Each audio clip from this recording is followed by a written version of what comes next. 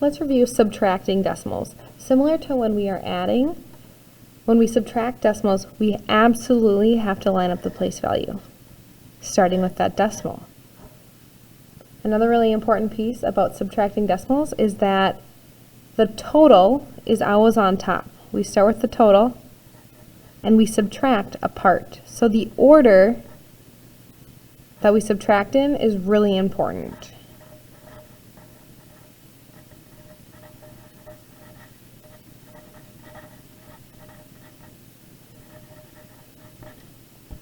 Okay. And when that top number is smaller than the bottom number, we have to borrow. So that was top minus the bottom number.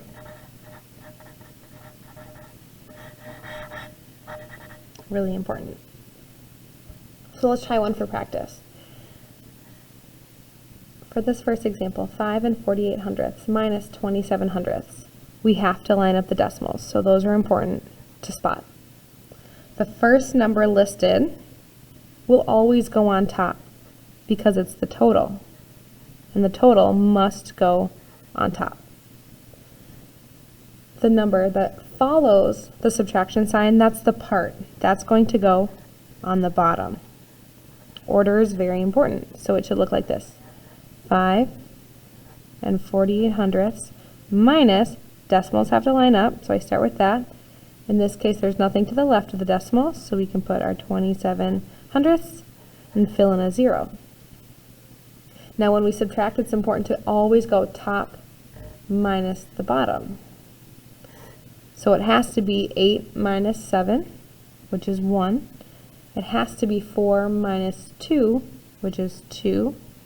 Our decimal comes straight down, and 5 minus 0 is 5.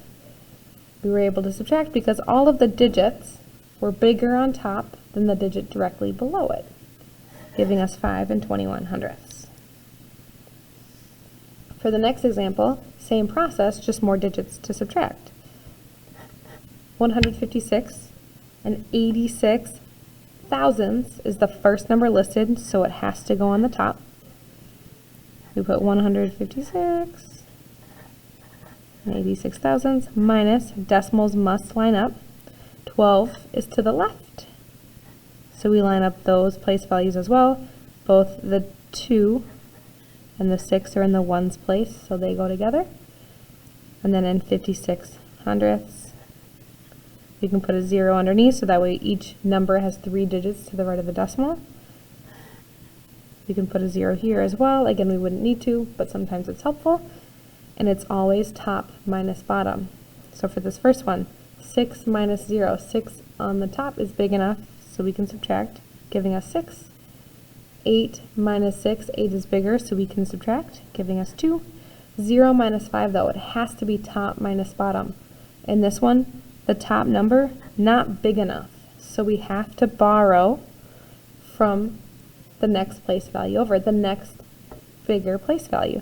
So 6 is going to become 5, and we're borrowing an entire place value bigger. So this 10 is going to become, or this 0 is going to become 10, excuse me. And then we have enough to subtract. 10 minus 5 is 5. The decimal comes straight down. Now in our new ones digit up top, it's a 5, no longer a 6, so 5 minus 2, we get 3. 5 minus 1 is 4, and 1 minus 0 is 1, giving us our answer of 143 and 526 thousandths. Let's try another one. For this one, the first digit, or the first value given to us, 9, doesn't appear to have a decimal. However, every number has a decimal. If it's not listed, it's at the very, very end. Because it's listed first, it has to go on top. So we put 9 and put our decimal to help us line everything else up. You'll notice that the next number that we're subtracting is only the decimal portion.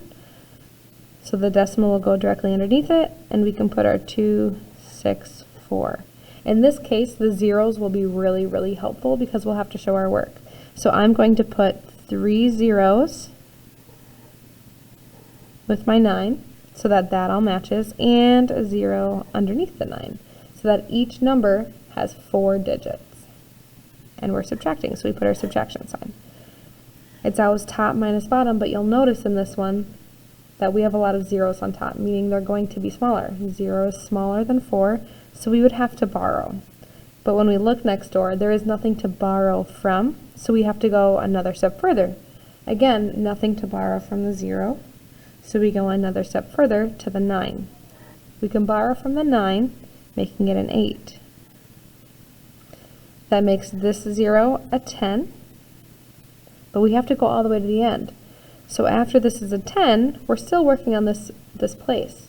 We have to borrow, so this 10 is going to become a 9, and because we borrowed 1, this 0 becomes a 10, and we're going to do that one more time, borrowing from the 10, giving us 9,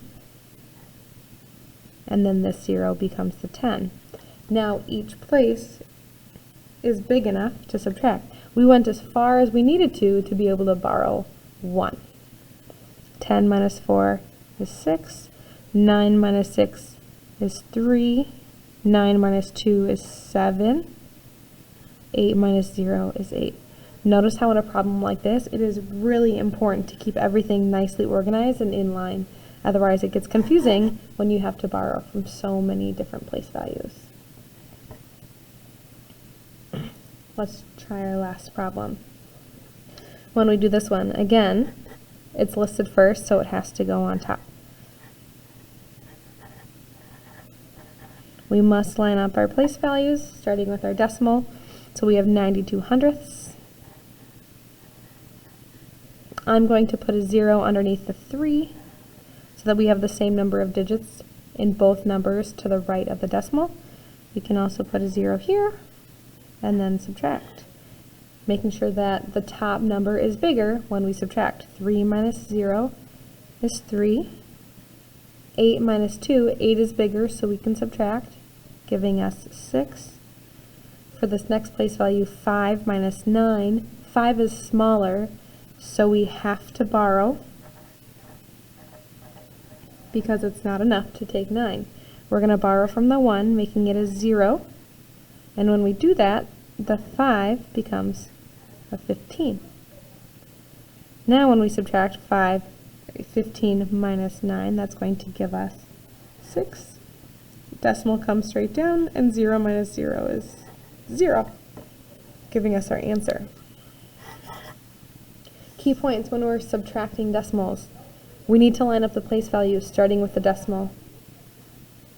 It's always top minus the bottom, because the top number written for a subtraction problem is the total, and the total has to be bigger to be able to subtract each place value. And then if there is not enough, meaning the top number is smaller, we have to borrow from the next place value over to the left.